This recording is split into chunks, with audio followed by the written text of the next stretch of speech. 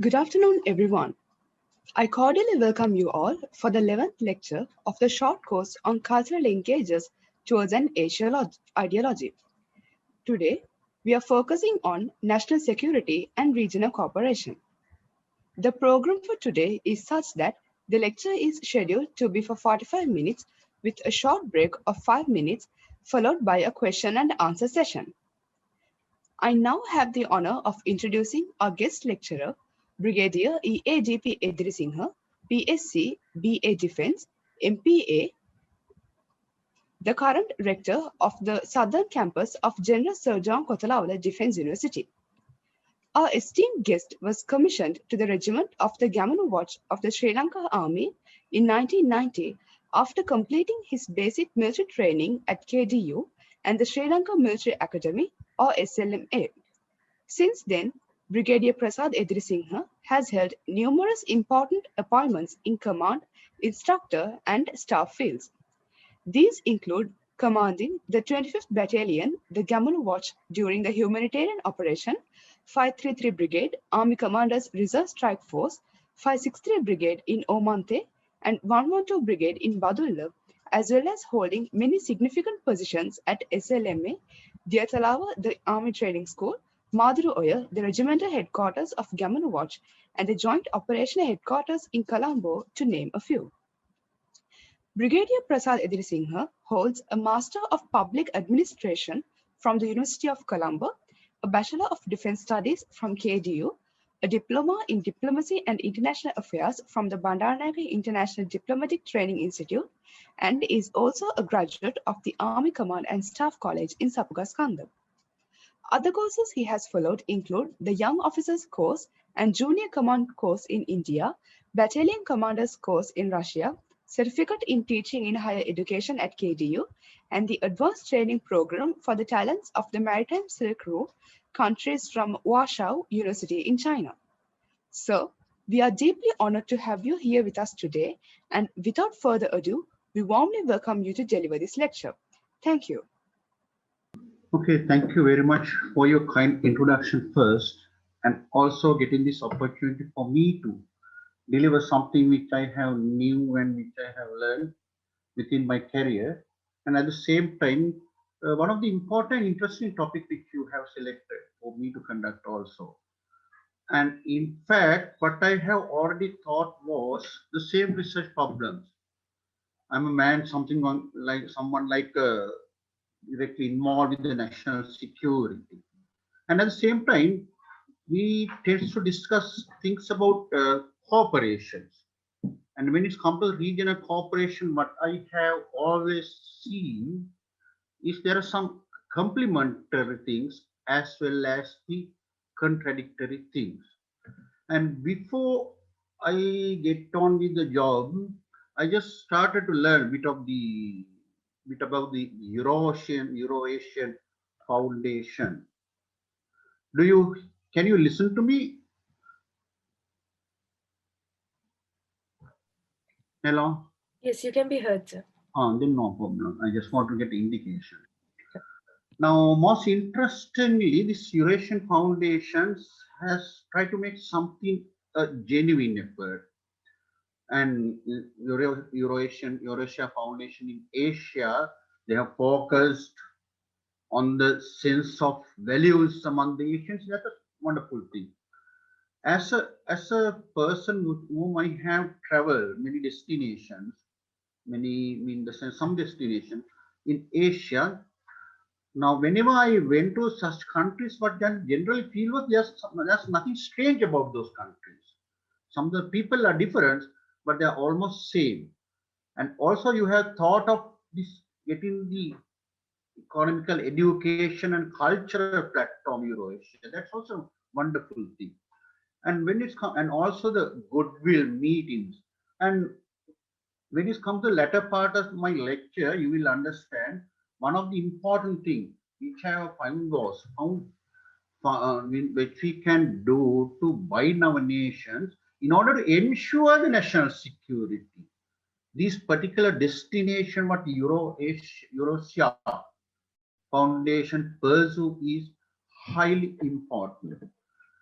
And Asian communities, as I have gathered from the same website of the Eurasia Foundations, we share the common proximity geographically, more or less, relatively, and historical experiences also we share. That is more or less, not more or less, that is to the largest extent. And also we also have the similar cultural norms and values. And as I have learned and as I have seen during entire my visits to different destinations, all these factors are really true. Now, even the geography is sometimes not proximate, not in the proximity. From our minds, from our hearts, we became so close that that is the nature of this Asian people communities. And however, when it's come to the problem of the unification of the Asian region in some other way, or regionalization of the Asia, and we hardly have we do have a lot of problems sometimes in the unity in the diversity. Yes, we share the common history and the cultural norm. Still, we are reluctant to unite in the diversity. The best example, of course, we can see during the past few months when the COVID epidemic came to exist. And also the institutionalized harmonization. Now, this is very much prominent. For example, we speak whatever the true nature of the human values really represented through the institutions, whereas they as mostly depends on the strategic implications, advantages, disadvantages, so and so forth. That was the problem. And at the same time, yes, we don't have conscious concern and real concern about others, especially during the period of crisis or a problem. It does not evolve in the sense we have the tendency of looking at others when there's a problem, but still there's a problem of evolving this one. And at the same time, non-economic character. What I meant was, now in the world, when everything are going to be measures on the basis of the economy, there are certain things which still we can go ahead. For example, sincerity and so and so forth, that type of qualities, and also kindness, helping each other, stand by for others, according to your concerns. But still, for all these things are lacked, and at the same time, strong cultural binds are not really reflected when it's come to regional cooperation, especially in our part of the world. And and also the human values, and Asia is rich a lot of wonderful human values. Now, if I would have say, now in Asia, its values are based on the unity, or in other words, as a holistic approach. Not they are going to get detach ourselves, our values, whereas our values are based on the unity of effort. Now, these things, when it comes to the realities, not really represented to the system. And these are the problems we have as far as the cooperation is concerned. And most importantly, these are the main attributes for the regional cooperations. Now, today, what we are going to see is how there we can find these things within the context of the national security. And ladies and gentlemen, I have scheduled my lecture in following sequence. I will discuss something about the concept of national security and also the realities. At the same time, concept of regional cooperations and the realities. and also national security and the regional cooperation within our context. And also later stages will see how we can shape the regional cooperation within the context of Asia uh, through the means, ends, ways and means of the national security.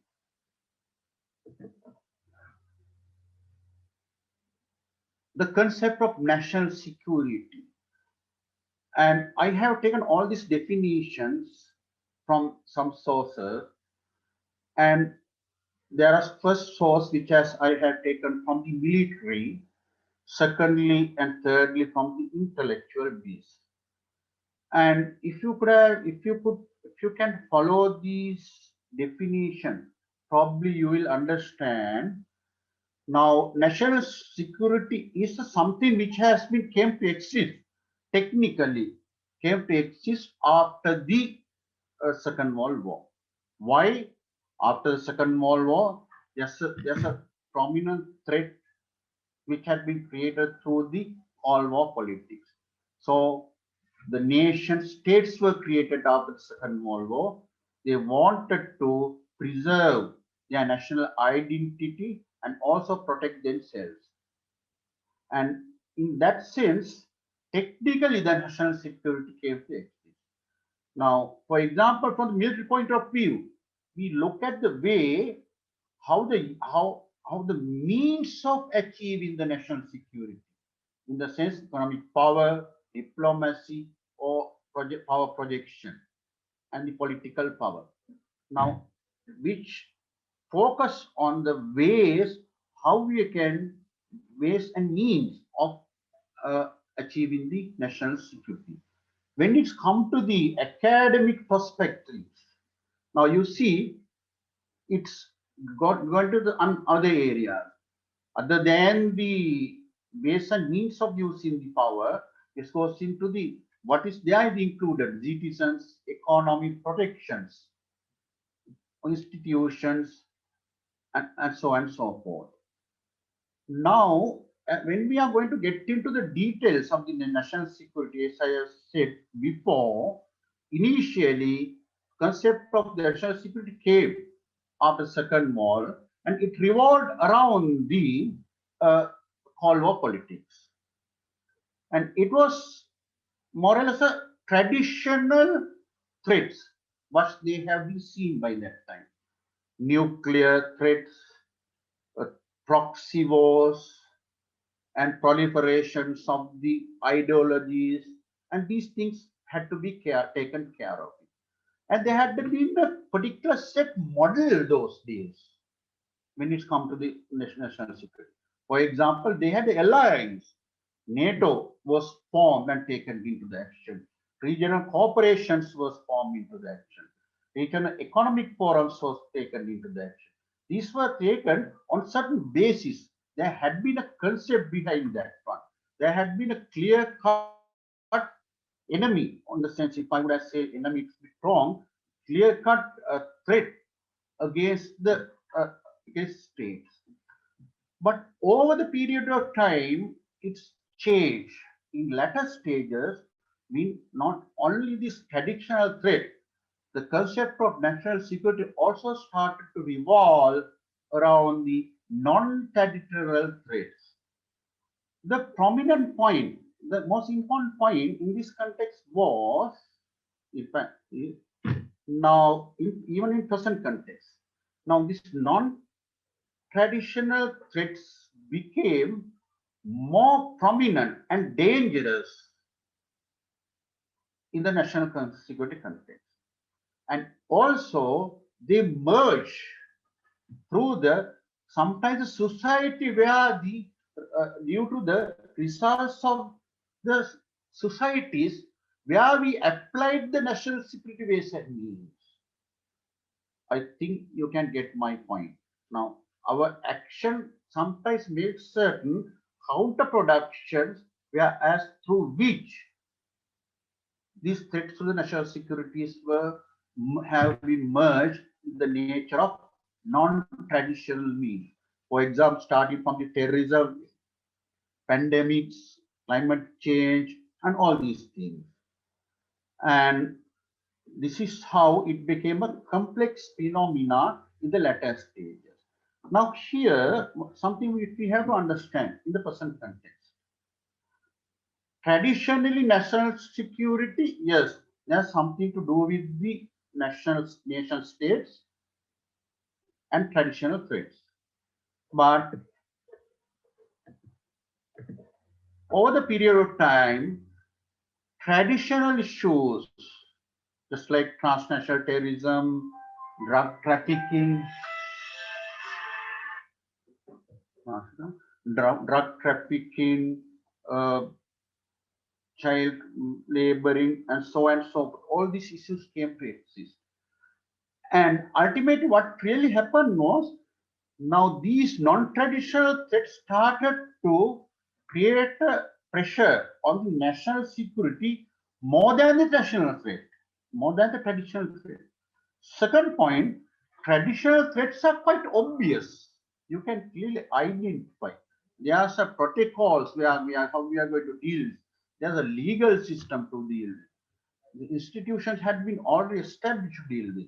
But when it comes to the traditional issues, it was not so.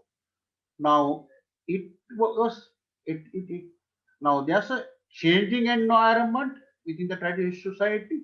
Now we are going to take the actions again, and again the changing environment gets some sort of other form of non-traditional issues. Now this is going to be a circle, and as far as you are engaged in the process only, you can control the situation. But still, for all, not on just only through the tools what we are using for the national securities, we have not been able to effectively deal with the non-traditional issues which create the threat over the national security. And let's get into see what these realities of these national securities also. And probably you could have understood by now where we have developed the national security based means and ends, and this is more or less scientific based. We can calculate us, we can calculate the use of force, we can force ratios, amount of armaments what we do have, and it is quite obvious. And but when it's come to the non-traditional issues which is related to national security, and they are cannot be measured, non-scientific, uh, non-scientific and difficult to identify.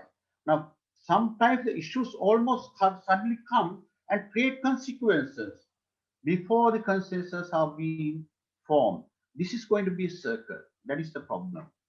And also, rules of handling the national security are based on the elements of the national power or vice versa.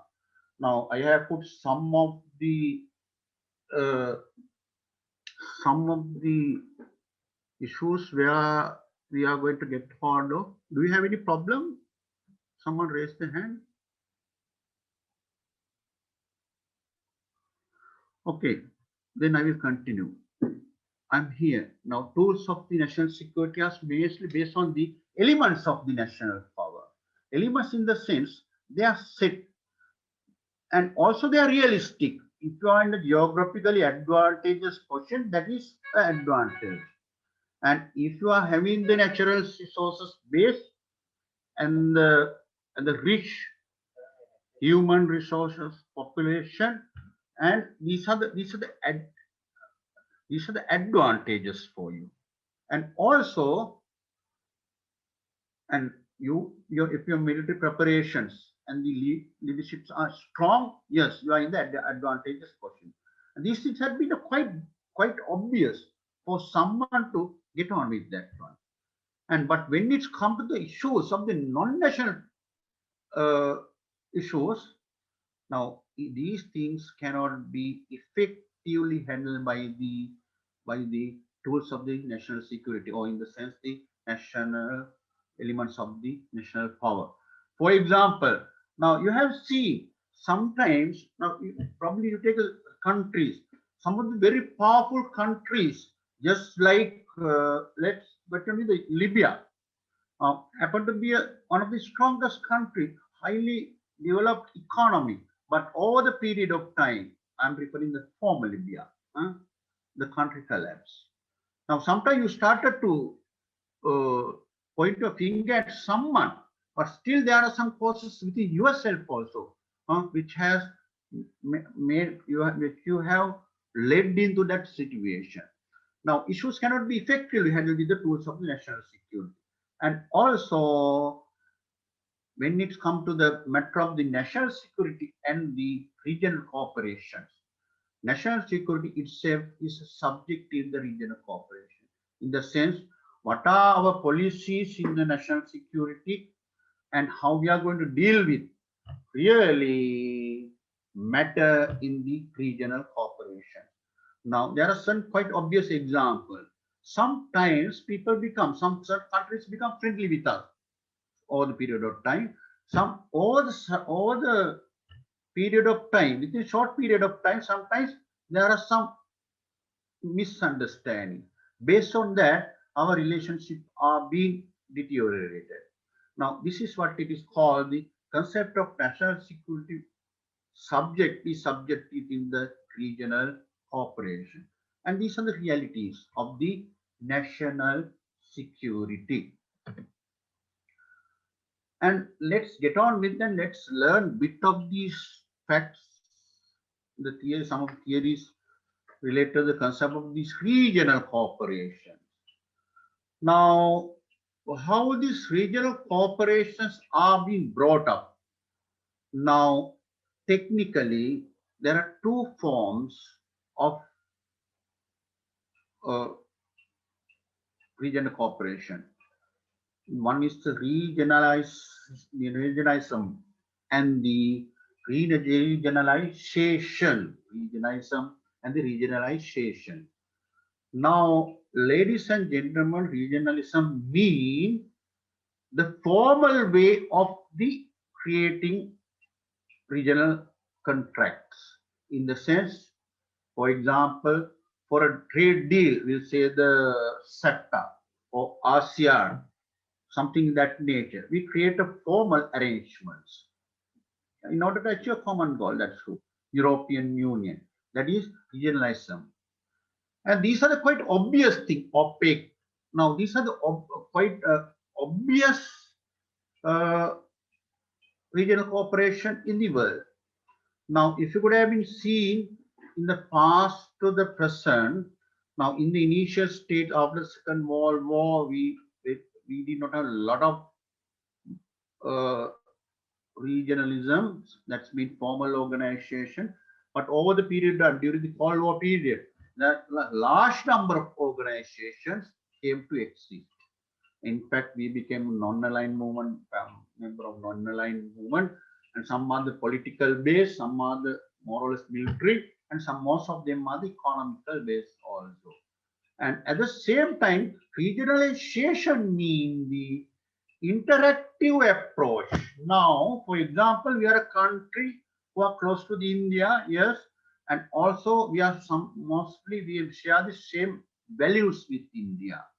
That's mean there is something to share with that one, something to share, something to deal with the Buddhism, something to deal with the Hinduism. There's a common understanding in the background. Based on that one also, we can have the regional cooperations. Now, this is a ideologically we go ahead, but that is more concrete than sometimes the regionalism. Now, it could have been studied the proliferations of the international terrorism, and mostly this regionalization played a role. Sometimes they have been apart. Those countries were apart to each other. Middle East was nowhere there to some of the other countries. But when it comes to the international terrorism, they synthesized. And regionalism is a formal trend, and regionalization is the informal but strong trend. And at the same time, regions are the social constricts. That's mean how we define ourselves within the context of the region.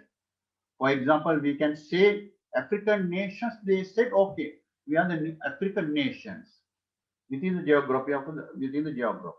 And when it's come to the South, okay, we said South Asian nation. Okay, our political actors interpreted in such way.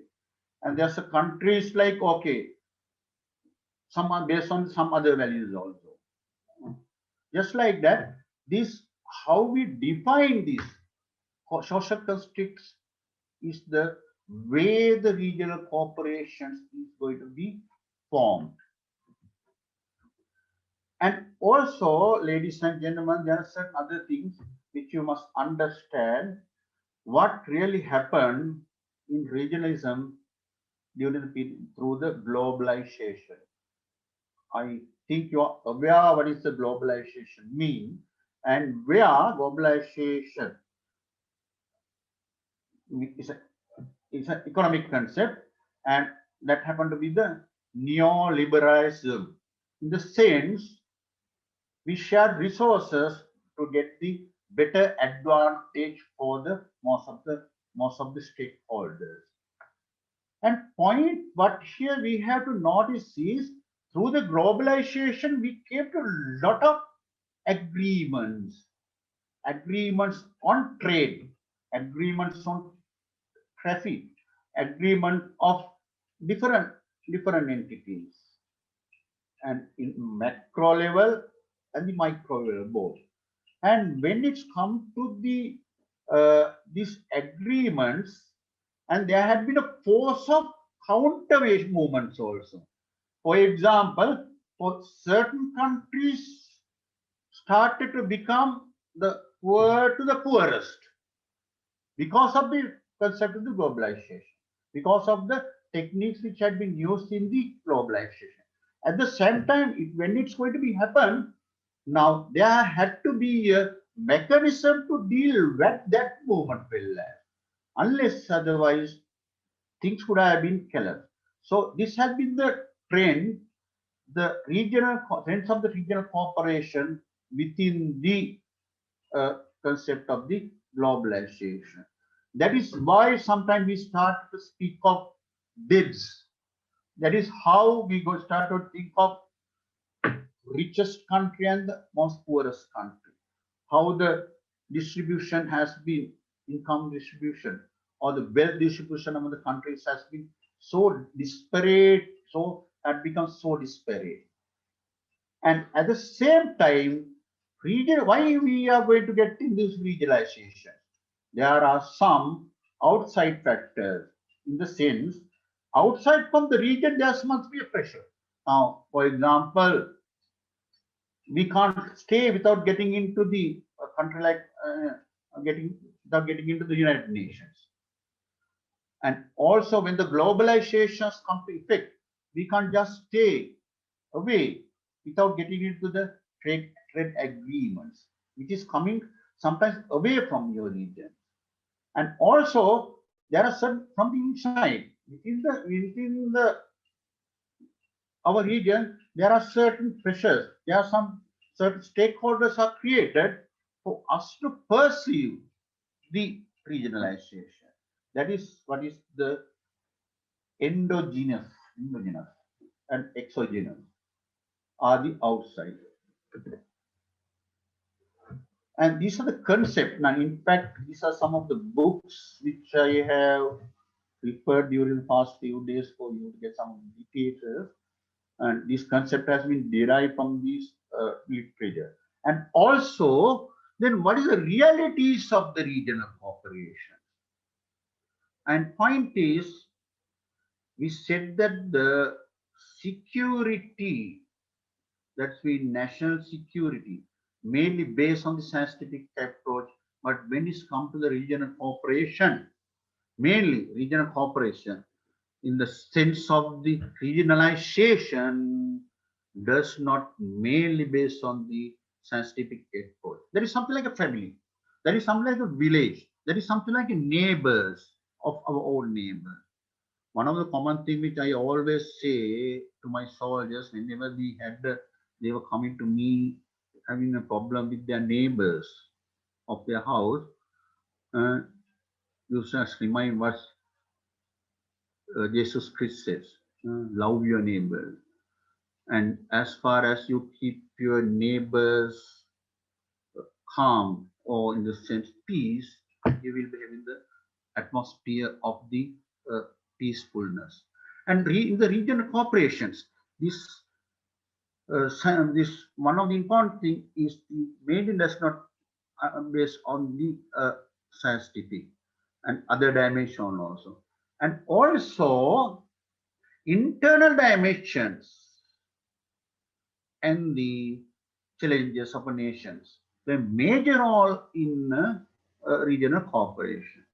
What does it mean? Now, for example, especially in today's context, now generally there are informal political bodies and also internal motives and challenges.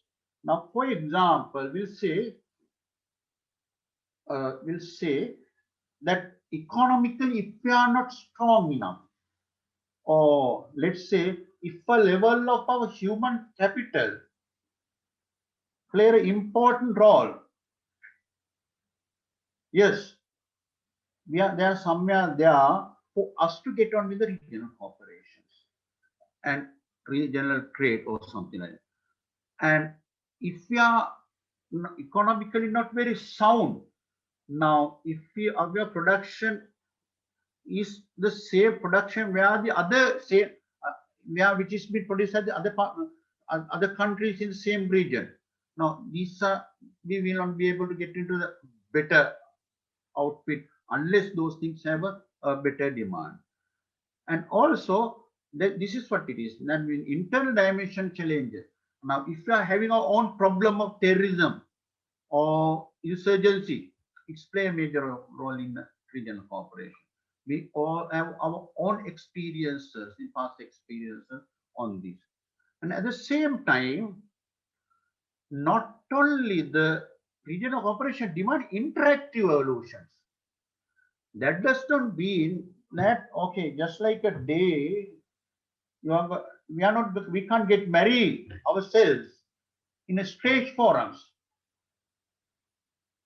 We have to come to a situation where everyone understands something about others through which we are going to evolve into the process of the interactions, and not within 1 or 2 days, understand it through the process, especially based on the human values. This is where the strong regional cooperation has been made. Now, for example, in a country like North American continent, now you have seen what is happening there. They are very peaceful, which has come to the process, not just merge. At the same time, not only the formal actors, informal political actors, and their presumption and interpretations play a major role in regional cooperation. Now you have seen, unlike other days, now very powerful outfit where you have been observed, or countries have been observed, and attitudes have been created within different forums, the media, mass media, social media, and they have been created, and also they have been materialized also within the geographies. And that is the same thing, that is the same reason why in the regional cooperation, stakeholders' presumptions and implications are very important. Now, sometimes they are not realistic also. If you go into a bit of the detail, sometimes there's no problem at all also. However, the effective role is being, whatever role played, they are make a major concern over the regional cooperation. And at the same time, earlier we learned national security is instrumental in the regional cooperation. And next point is regional cooperation also instituted subjective institution within the concept of the national security, and which is constantly change the equilibrium. For example, we can say that okay, today, okay, we can get into this level of the compromisation, and this is our equilibrium. But some other day it may not be the same. We will not be able to come to that much of concessions, and sometimes it may be some other activities, for example, other level where we can change. And most importantly, what we have to understand is this is the constantly changing environment. Now, that means we can clearly identify what are these factors which happened yesterday and what will happen, what influences to the system next day. No, we can't really understand. That is the complex which has been created upon the realities of the regional cooperation. And then we will come to the context of the Asian region, Asian region, and why not? Why this regional security? Why not we can have a regional security through the regional corporations, and how we can achieve that one, and so on and so forth. Now, what are the constraints? What are the challenges? And gentlemen, now I still remember when I was in some other country, for example, India. I was asking from my friends in the same age or someone who was junior to me, when they were India, when they were so arrogant again, they were Indians, sorry, Pakistanis. I was asking, have you ever seen how you have been, what was there in 1948, when you are separation, when you are separating, 40. Obviously, they have not seen.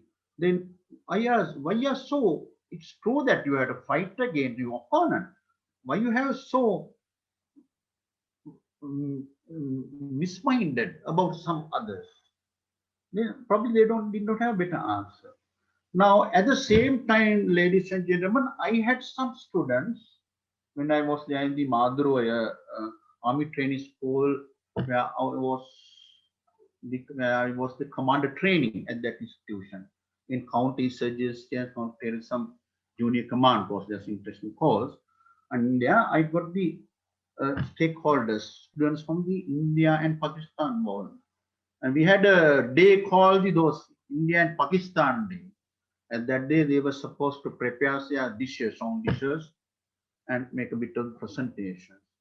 Now, I still remember there were three officers, in fact, two from Pakistan and one from India, were together. They were telling me, sir, shall we have one particular day for the India and Pakistan?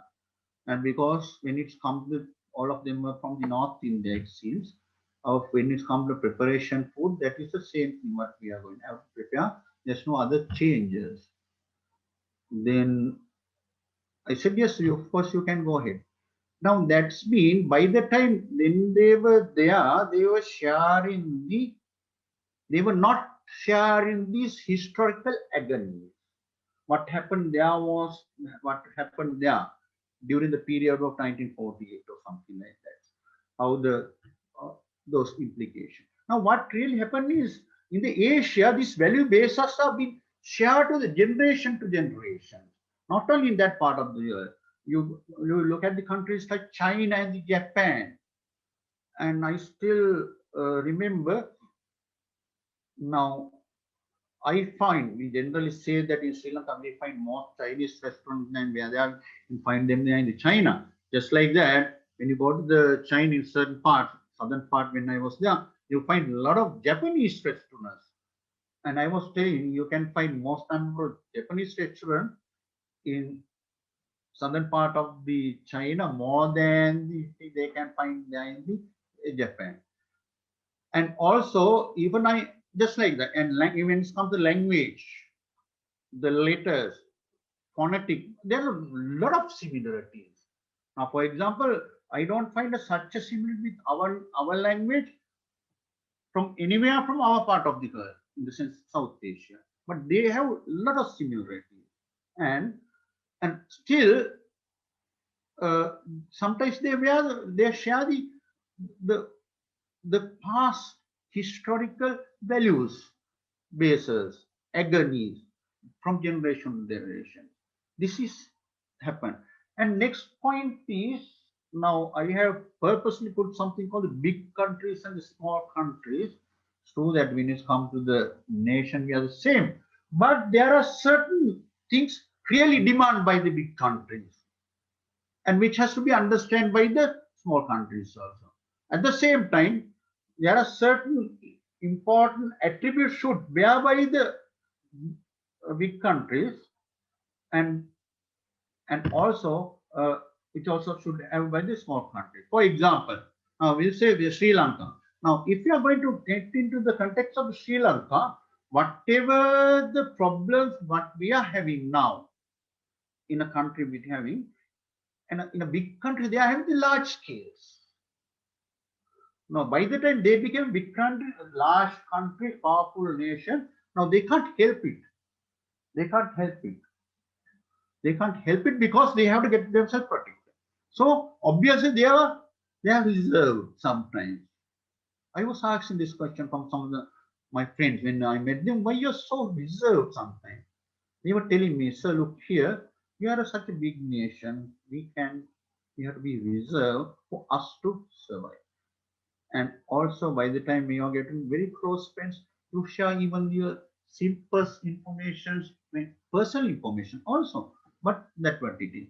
At the same time, when it's going to be a large country, a big nations, they must understand this childhood uh, uh, uh, childhoodness of the small countries. For example, when a small country says something, the large country should not take.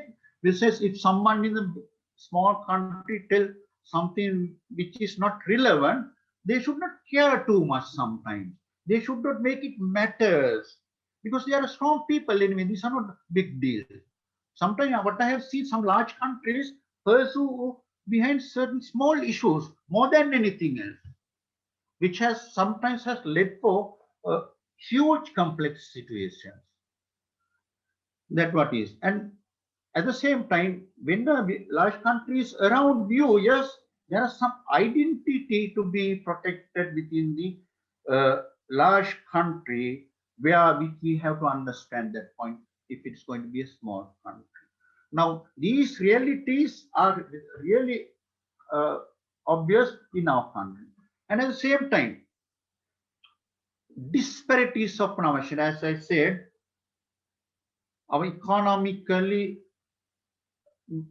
region, economically, and we are some disparities in the nation. There are some, and ideologically sometimes when you have the disparities, now harmonization has to be brought up within the context of versatility. Now, if not, it's tend to disintegrate our regionalization, which affect the regional security also. Now, for example, we have seen most of these non-traditional stakeholders who have who are created the threat upon the national securities are created through that front. Asylum seekers, money laundering, drug trafficking, these things has a major, these atmosphere has been created for them to survive through these realities, the disparities of the nation. And that is why uh, people of this part are trying to get into a developed country somehow or other. They are trying. And at the same time, influencers are the informal stakeholder. In fact, I brought this point earlier also. also create a very important phenomena within the national security concept and even in the regional security and a character of the leadership. Now I will get a personal example here also. Now in a situation which I have seen that people start to argue on irrational points. Sometimes it lead to very unpleasant situations also. But sometimes certain people just keep quiet in the situation and finally irreparable damages are been done. But sometimes when I have started to handle the situation quickly, very smoothly, you can handle it, and without any problem. Yesterday they will become they will be harmonized also. Our point is, if the leadership does not merge from the regions in such situations, this again will lead into a value-based issue, and these are very important. And this point also quite obvious within the countries like us. And power projections in our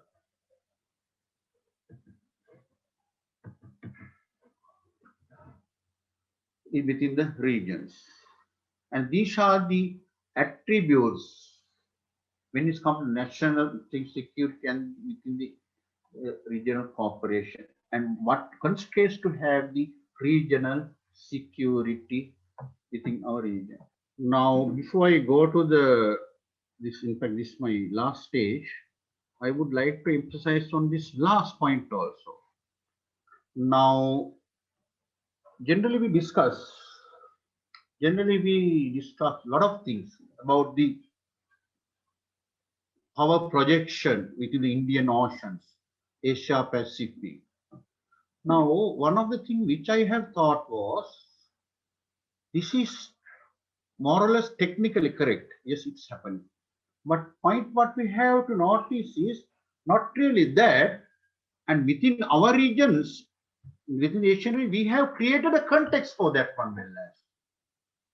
For example, we can't say that someone come and interfere in our own affairs, either as a nation or a region.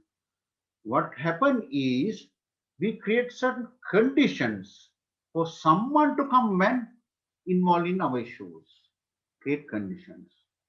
I think this power projection in Indian Ocean and South Asia Pacific also has come to exist within that context. Now, how we are going to have the regional corporations within the contexts of the national security. Now, before everything, within the context of the national security, regional cooperation is highly vital, very important, which we have to understand. Why? Now, if you are going to see most of our budgets, expenditures, mainly we'll say the defense budgets, etc. Now, are being there to handle the repercussions of the issues, outcomes of the issues.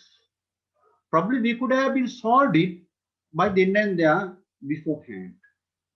So this is very important. Regional cooperation is within the national security context is very, very important. And how we can achieve this one. And one thing is regionalization of the regionalism. I have already told you what is regionalism. That is the formal arrangement. Regionalization, that is the informal arrangement. I told you regionalization is more informal and strong, but it does not make a significant progress. Regionalism is significant but vague.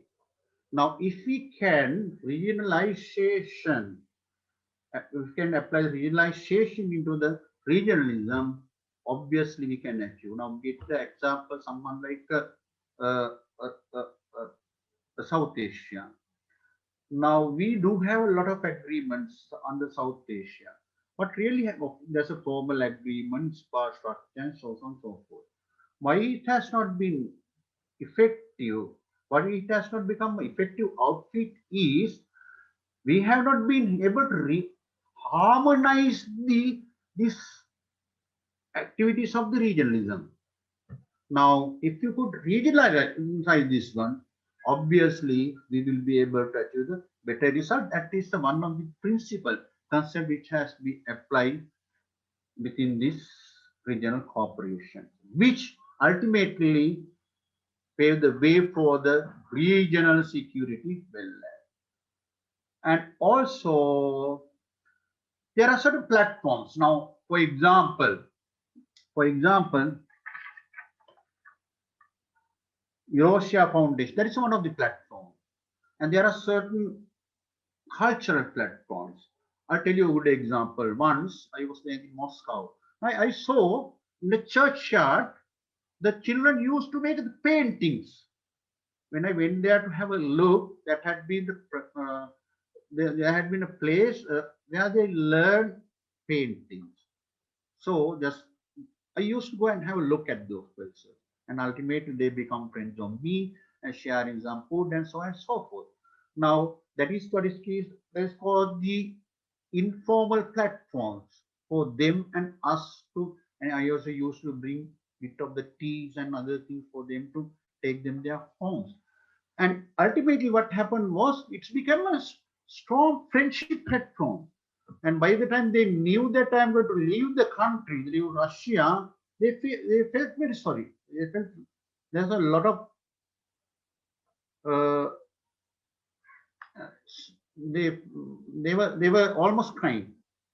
Now, what I really understood from that particular point of view was certain informal platforms when you're going to share uh, with them, they become strong, much stronger.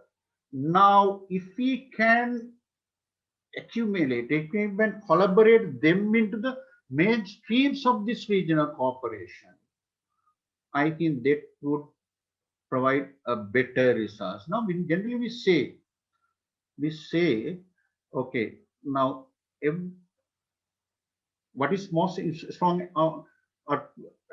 certain agreements does not happen sometimes over the period of time. Sometimes we say the big problems among certain countries. Now, but if you can handle these small problems, obviously the large problems, big problems also going to be automatically solved.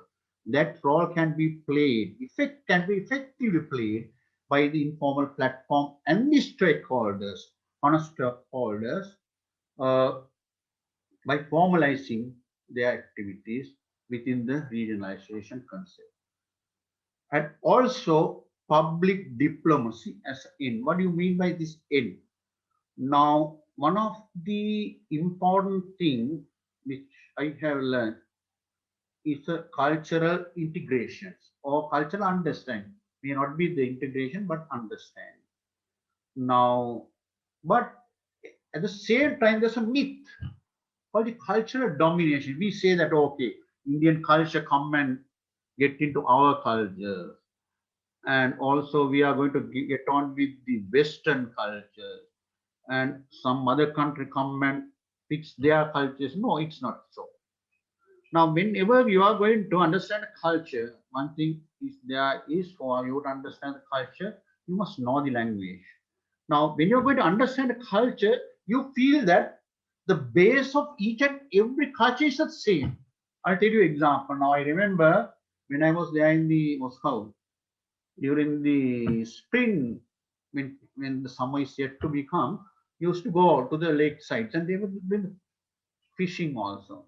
Now, by the time when they in the summer they comes to the people, large number of people used to come to lake sites, whatever the lakes which was available, whatever the thing which they have prepared from their homes, and eat it, spend the day.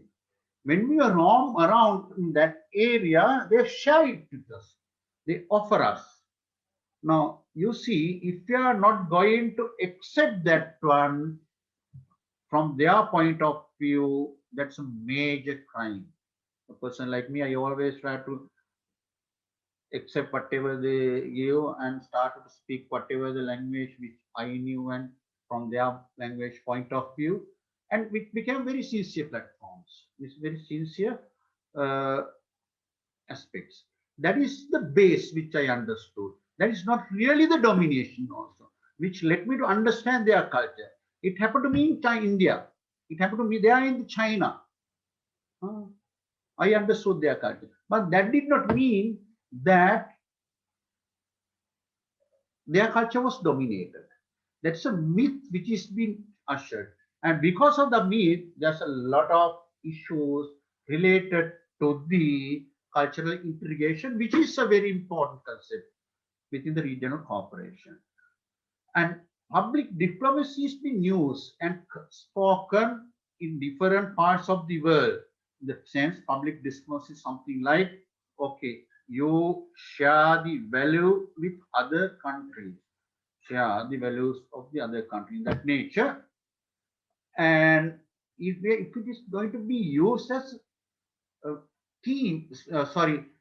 used as a way or a mean, I think the problems are going to be created. But if it is going to be used as ends, something to be achieved, of course, cultural platforms are very effective tool for that one. It will provide better outcome. And next is social consensus method. Now, in fact, when I want to study this one, when I was referring to the literature, I found this one, social consensus model in the decision making. This is something nothing to do with the regional corporations.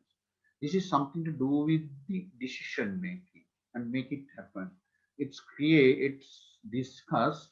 It has been evolved before 2006, even though I have access to the sources from which has been subjected this model. Now it says, now qualities of the human being are being assured through the supportive communication in the decision-making process, consciousness decision-making process. Now, one of the points which we always think is decision is something is going to happen for the betterment of organization or achieve the organization objective. But how dare we can facilitate each and every qualities or ideas within this decision model? It is not so. Now, if you are going to go into the details of this openness, constructiveness, all these things, agreeableness, now these are the norms of the human being. Ultimately, the organization also shares same thing. I'll tell you one example. Once there was a gentleman who was a friend of me who was working with the telecommunications company, was telling about me about the profits, how their profit margin has been dropped and how bad their market is, and so on and so forth. And then I asked, what is the impact of you individual based on that one in this situation? They were telling me, sir, these things were this negative impact were there. They are calculating each and every sense of the profits and so on and so forth. Then what I told him was, in fact, he's a mid-level manager. What I told was, now during the period of crisis, that will basis is sustain rather than developing yourself. Now, then the opportunities can be grabbed at the later stages. In the sustainability, not only you, even your layers, the action leadership, action managers are more important. Better to keep them more comfortable level, then you are going to keep them in a prosperous time. or your then the time you are going to get a lot of proteins. Now that's what it is. Now this if this human qualities can be put into the supportive communication, and to be frank, I have used these models in different decision making processes with or without exact knowledge about this concept, and which has created much better outcome in long run also. Now this changed the culture of that organization. Now I still remember now certain when I was going to the take over some new appointments from some other place to another, I felt that that organization, that particular system had been already arranged as I am on, because they had already studied me through this consensus model, how to get into that level. And there are certain most very important small things are very important for us to get on with that. And this is quite vital. And also openness, understand sentiment. These are now, ladies and gentlemen, we discuss certain things are as ideas where you can materialize. But to be frank, as I was telling, openness, understand, sentimental leadership mean empathy over the situation and harmonizing the mindsets. And these are quite important values of the human being. And whatever said and done is ultimately what really matters is how the in not only the particular individual, how the human being are being share these common outcome of the regional cooperations. And that sense we can achieve a better result.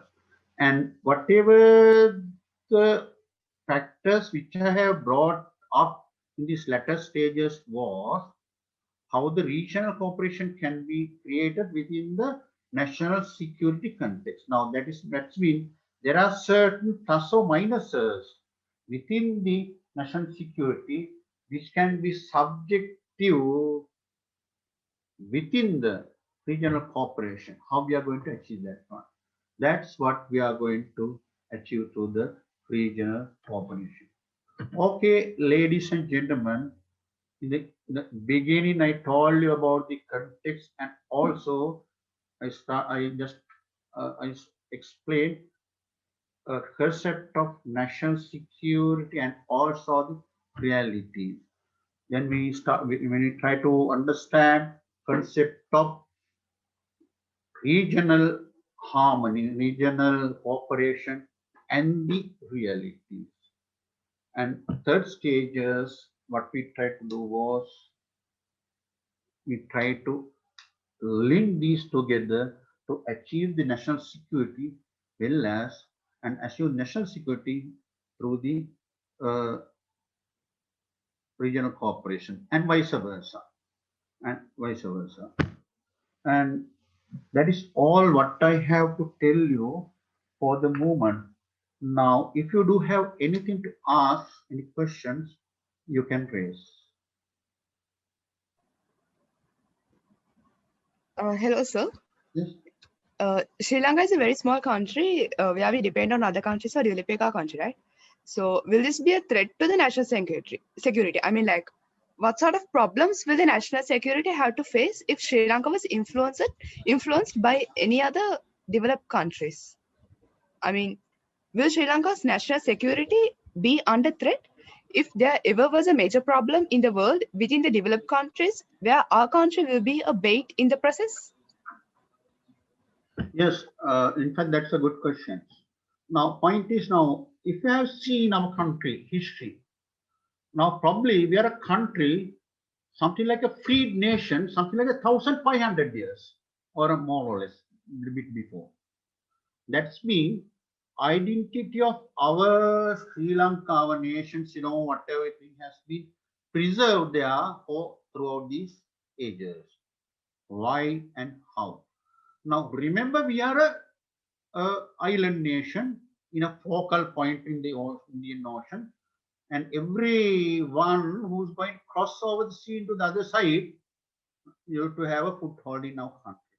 At the same time, we had to have a close proximity to the Indian subcontinent well. Now, in that sense, one thing is our national security, and more than that, our identity, preserving of identity, is so important for even region to have the security, not only the region, even to the even among superpowers also. Now, point is, now still we have been subjected for this one. Now, these are quite good example. I'll tell you now. Remember when I was, well, say a cadet or someone, and before that age, and when we used to go to any place in our country, we used to have lunch. They offered us a lunch. I still remember now in when my mother, if I could have been come home with the 40 guys, my mother used to cook for them. And at the same time, when we were children, if some visitors come to our home during the afternoon, our parents our mother used to share our meals with them and cook for us again. In fact, we were a bit angry saying that we were in hungry, but that happened. Now, point what I want to know is now, but over the period of time, what I felt is people did not have that luxury in the sense to treat others. Now, when these attributes economical, they become weaker, especially the community, rural community in that sense, especially the people who share in this sentimental value. Then what really happened is they would not be they could not be able to behave as normal. Now that is the same story of us also. Now as a country also we could not become strong by ourselves when we had problems with ourselves. Now that situation creates unfavorable atmosphere within the context of becoming neutral, having a strong uh, diplomacy to prevent adversaries, and so on and so forth. And sometimes we in the history we have handled that one through ignorance well as. But this is suppose where it creates ups and downs, ultimately change again. If something could have been done, I always say relate to the previous example which I wrote. Then later when I found that people could not afford uh, the sincerity with others, when the inflation comes to the kitchen, understand, things change. That's what I was telling in the forum. Like that, if it's come to our country as a country nations, we will not be able to handle or survive as it is in a strong outfit who share the diplomacy and strong character. That is the same reason why we have faced most of the issues what we discussed today in different forums, debts, and different things. Now we can't blackguard to someone. We can shout at someone also for that one. But to come to the point, what your question, the our identity, our security, and our integrity is very much important, not only for us, even for the region, and not only for the region, even for the power handlers in this region. The secret is we have preserved this for many years. But remember, tools what we have used, not the strongest tool, in the sense, not the muscles. What we have used is the sometimes soft powers, qualities, values, and what we have discussed earlier. That probably. Did I answer your question? Yes, sir, it was very clear. Thank you. Does anyone have any other question?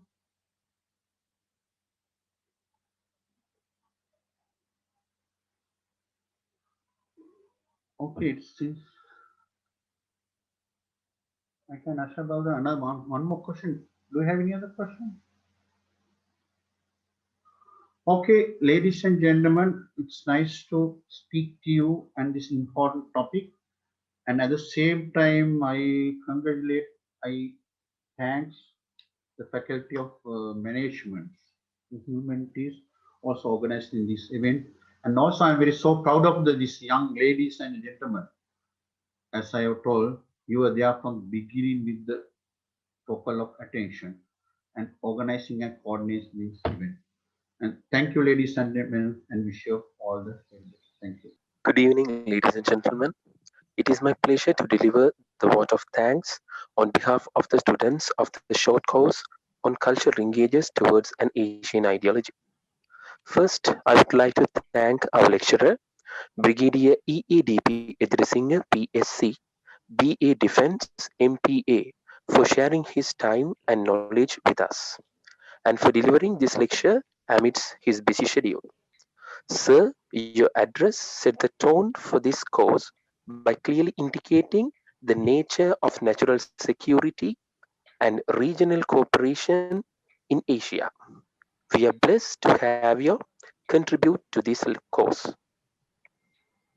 Next, I wish to thank Dr. Hemanda Premaratne and any other staff of KDU for bringing these lectures together. Thank you. Last but not least, I thank all participants from our university for joining us today. Your participation has made this lecture a successful event, and I believe it has provided you with an insight into the national security and regional cooperation. To conclude, let me once more express my gratitude to Brigadier EADP Edirisinghe for delivering today's lecture. Sir, it's an honor to have you with us, and your time and efforts are deeply appreciated. Thank you. Thank you, ladies and gentlemen. Thank you very much.